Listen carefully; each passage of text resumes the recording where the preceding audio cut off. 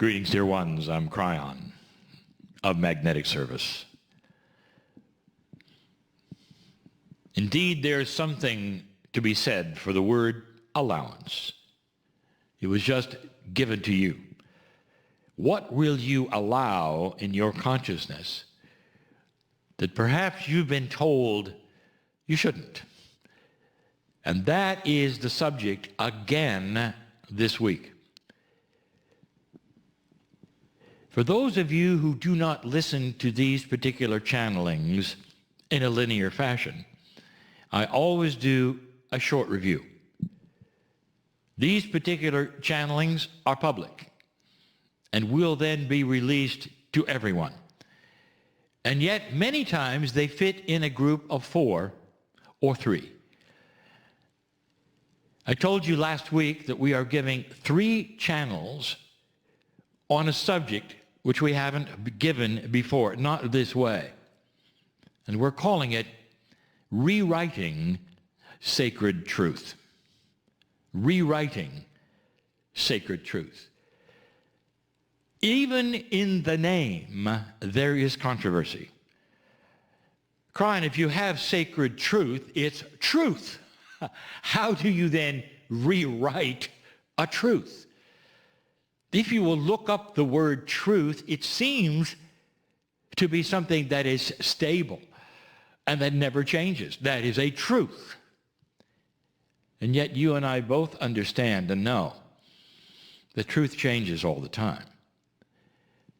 And so rewriting sacred truth indeed has to do with those things which are most important and perhaps sacred to you. They're about God, the Creator, your soul, perceptions, ideas, rules. Now, to make things even more complex, last week we said that we're going to give you 3, but there truly are 4. But the 4th one is the standard one that we gave you years and years ago when we released the book, Don't Think Like a Human. And so I reviewed it last, I will review it this time, and I'll review it the next time. Always I will review the first and foremost one, and then I'll give you a new one. We told you the last time that there is an interesting perception of what it must have been like for the earth to go from a many gods to a single God planet. This is a monotheistic planet where over 80% of all humanity intuitively now understands one creator.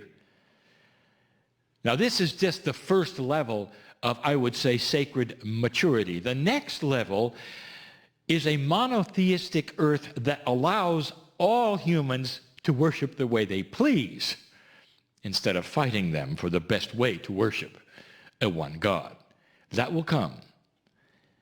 But put yourself on a planet where there were always multiple gods, and the sun was always a god, or the moon was always a god, or the earth or the wind, and they were worshipped as though they were a god. And so you had multiples. And then even when you got into elegant societies, there were multiples. Some of the most elegant societies you had, the Greeks, there were multiples, and they were very human. And that all went gradually to a monotheistic earth, one God, one creator, and you understand and start to see the love and the compassion. Tell me, what was truth? Was truth many gods or was truth one? It was a sacred truth. Wars were fought over it. But it wasn't accurate, not really.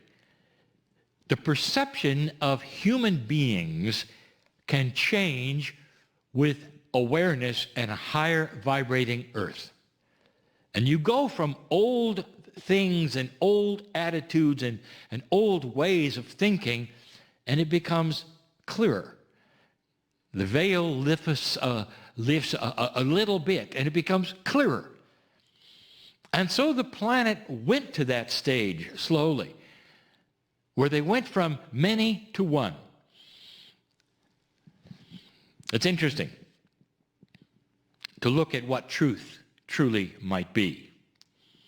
Does it push the envelope in your perception and mind, in your questioning, to go to the next level and say, what else might there be that might clear, so that the truth of the one God becomes even more spectacular?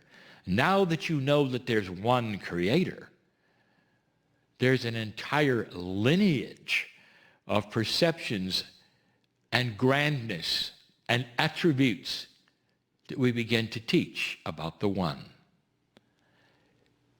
So we begin that. Last week we gave you one. This week we give you another. Now, in some ways, we have given you this kind of information before. But now we put it into a package and say, it's time to rewrite what you thought. And this is tough.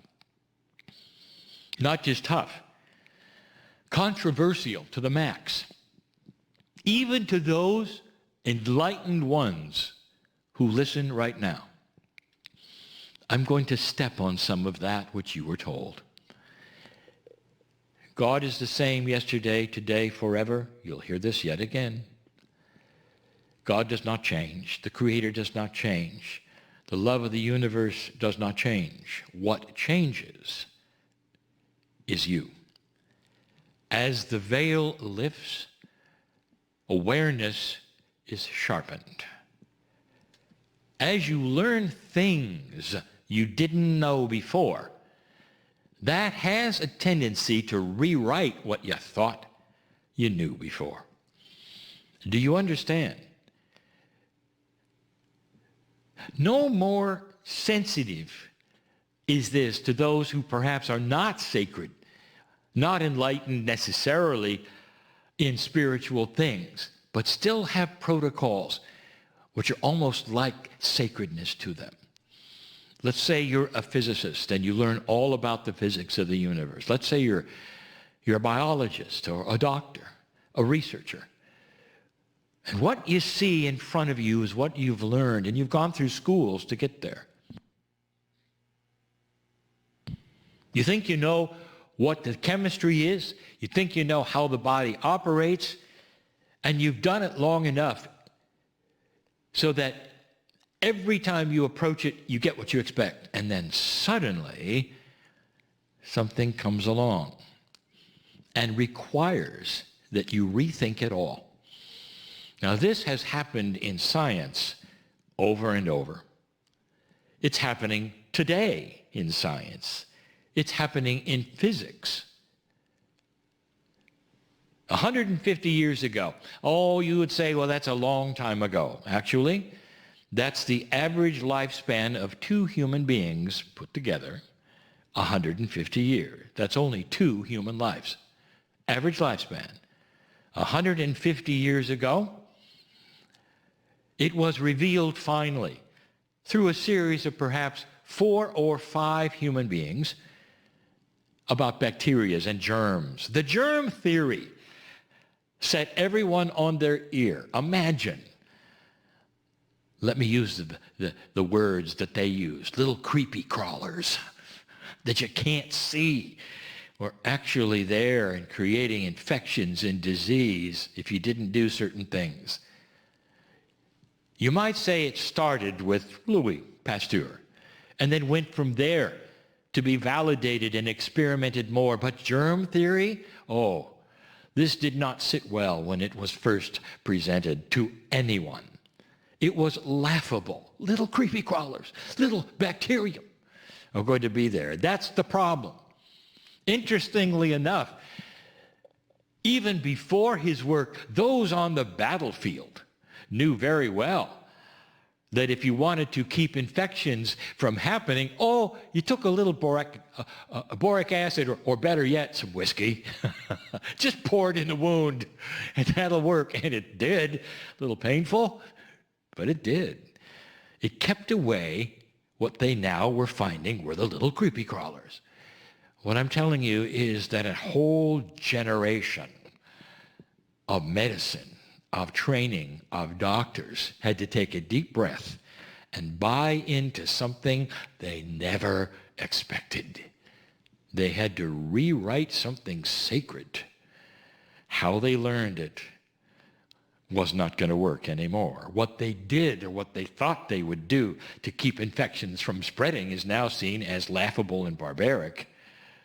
Germ theory was the way of it.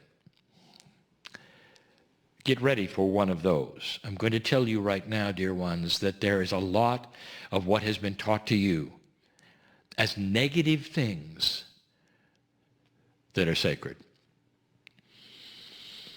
You didn't expect this, and I'll tell you. What do you know about the energy of sacredness? Here's what you've been told. It's fragile. So you better clear the area before you go in there. It's fragile. So if you're a practitioner, you got to make sure that you do the clearing here and there. And be careful, because you might have a patient, and that patient, if they have some kind of a dysfunction, and you're going to work on them, and especially if it's mental or something, you're going to catch it, because there may be some evil in them that's going to go right to you. So be careful. In fact, even before they get there, you might clear here, you might clear there, you might do some things. You grew up with this. Then there are the others who say, well, you got to step carefully. Like being sacred is some kind of a field with landmines on it.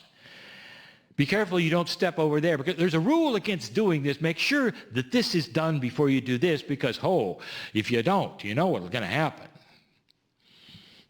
Do you really think that the creative energy on this planet is fragile?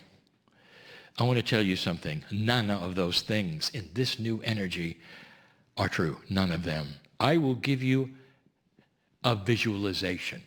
I will give you something I want you to always remember. And here is the truth. In this new energy, light is winning. And that light starts with the light worker, and the light worker is listening to this program right now. Listen to me. Imagine that Merkaba or yours is a sacred bubble. See this bubble around you. Any bubble you want to. See it around you and paint it gold. If you have a black and white piece of paper, draw you as a stick figure. Draw a circle around it and make it yellow. It doesn't get any more clear than that. You have this around you. It is your sacred soul consciousness. And wherever you walk, you push darkness away. Kreiner, wait a minute. Are you telling us there's no evil in the planet? Here's what I'm going to tell you. Get ready for controversy.